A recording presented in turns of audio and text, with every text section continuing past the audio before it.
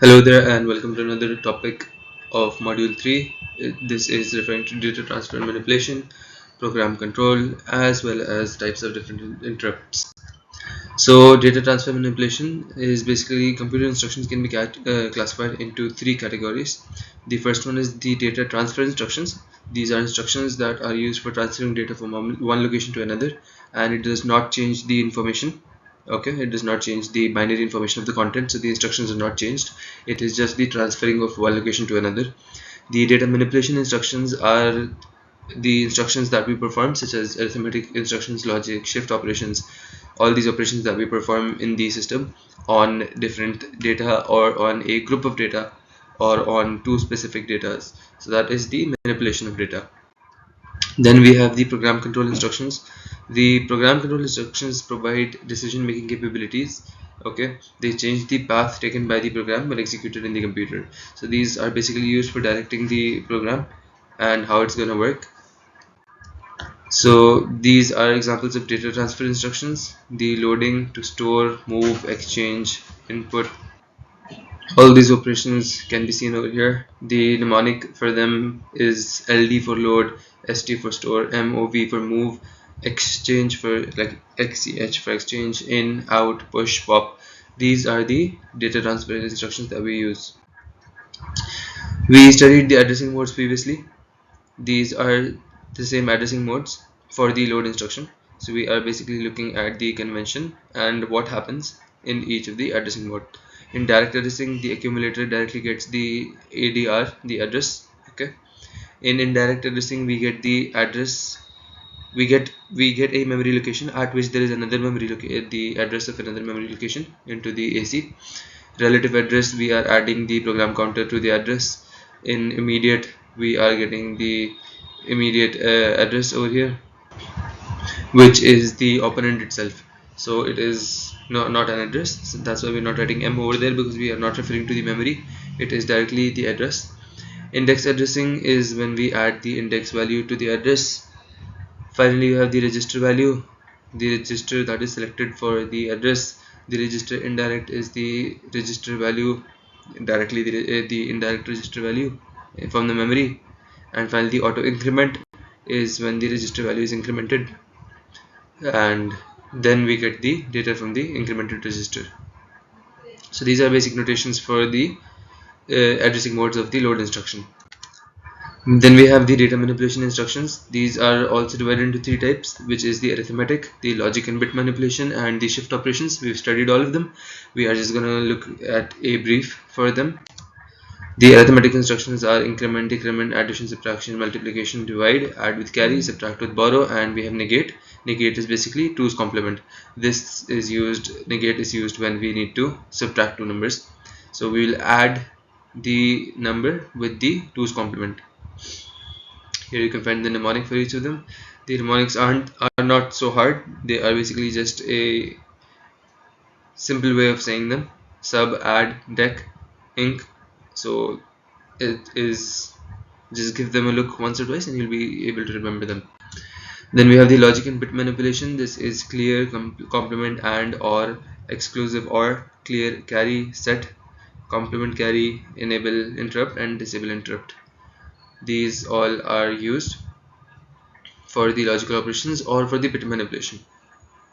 So we can use it to clear a bit, or we can complement the bit, or we can use the logic operations, and so on. Finally, we have the shift operations. We have shift right, shift left, the arithmetic shift. We have the arithmetic shift again, one is right, one is left. We have rotate to the right, rotate to the left, rotate right through carry, and rotate left through carry. These are different types of shift operations. Now we have the program control instructions. These instructions are used for controlling the flow of the program. We have branch, we have jump, skip, call, return, compare by subtraction, testing, done by ANDing. These help us to control the flow of how the program is running. Now we will come to the status bit conditions. So whenever we get values or outputs from the ALU, sometimes we provide them with a status bit register. This is where status bits are stored and they can be used for further analysis. So whatever outputs we are getting from the ALU based on the inputs, We will compare all of those, and we have four different bits, four different statuses that we can compare: C, S, Z and V. The C is the carry bit, and it is set to 1 if the C8, which is the most MSB, the MSB of the ALU, is set to 1. Thus carry becomes 1. Fine. So if C8 is 1, then carry is 1, and it is carry is 0 if C8 is 0. The sign bit S, S is for the sign, is set to 1 if the highest order bit F is set to 1. So when F is set to 1, sign is set to 1, that means the sign is negative, and if F is 0, then S is 0, that means the sign is positive. The Z bit, which is the 0 bit, is set to 1 if the output of the ALU is all zeros. This can be used to compare if we have the inputs A and B are same. Okay, so Z is 0 when all the ALU outputs are, Z is 1 when all the ALU outputs are 0, and elsewise it is set to 0. In other words, Z is 1 when the output is 0, and Z is 0 if the output is not 0. Finally, we have the V bit, which is the overflow. It is set to 1 if the XORing of the last two carries is equal to 1. Okay, so if they both are equal to 1, that means there is an overflow, and we have V set to 1, otherwise it is set to 0. This here is the diagram for the status bit registers. So if we have an 8-bit ALU with the input A and B, 8 bits each, we will get the output A of 8-bit. So the C8 bit, is going to be the carry out, and that will tell us for the carry C bit. It will allow us to set the C bit. So if it is 1, C becomes 1. If it's 0, C becomes 0. And then the most significant bit, F7 over here, is set to S, which helps us find the sign of an arithmetic number. Finally, we have Z, which will be taken here. We will check for 0 outputs.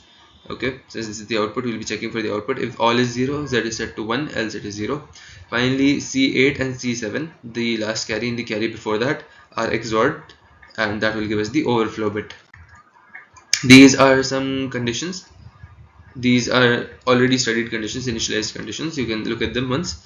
You do not need to learn them. These are just for understanding how the bits work.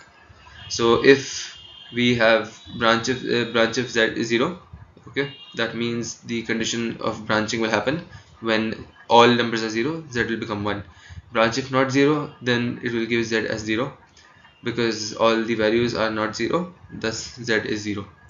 If there is a carry, C becomes 1. If there is no carry, C becomes 0, and then so on. We continue. If plus, then the sign becomes 0, and at minus sign is 1, and overflow and no overflow. These are the conditions. These are comparison conditions over here for the unsigned compare and the signed compare. So these are certain conditions in the status bit organization. Now we have types of interrupts. There are three main types of interrupts: external, internal and software. The external interrupts come from input-output devices, okay, or from a timing device, or from a circuit that is monitoring the power supply, or any other external source. So basically, as the name says, external interrupts. These happen when an input-output device is giving you an input, or the output is giving an output, which would interrupt the program, stop the program. As we studied earlier, when the interrupt is used for the output, the FGI and FGO flags, they are also interrupts. So they stop the program for a while until the output device is not available, and so on. The timing device is also an interrupt. The power supply may be an interrupt as well, and finally any other external source can cause interrupt. The internal interrupts arise from either illegal or erroneous use of the instruction of data. So these are also called traps. These may happen because of conditions such as the error in registers, register overflow, addressing issue, maybe attempting to divide by 0, the opcode is wrong, or the stack is overflowing, okay, and all these conditions and much more cause internal interrupts. Software interrupts, on the other hand, the external interrupt are initiated from signals that occur in hardware. So on the other hand, the software is initiated by executing an instruction. This is a special sort of call, and it behaves as an interrupt rather than a subroutine call. So it is a call, okay, but it is supposedly expected to behave as an interrupt. It is not a function or an instruction that is called, it is more like an interrupt. And this is used by programmers to initiate an interrupt procedure at any desired point in the program. So if they want to stop or cause a branching or anything at a certain point in the program, they can use the software interrupt to do so. This is it for this lecture, and see you in the next one.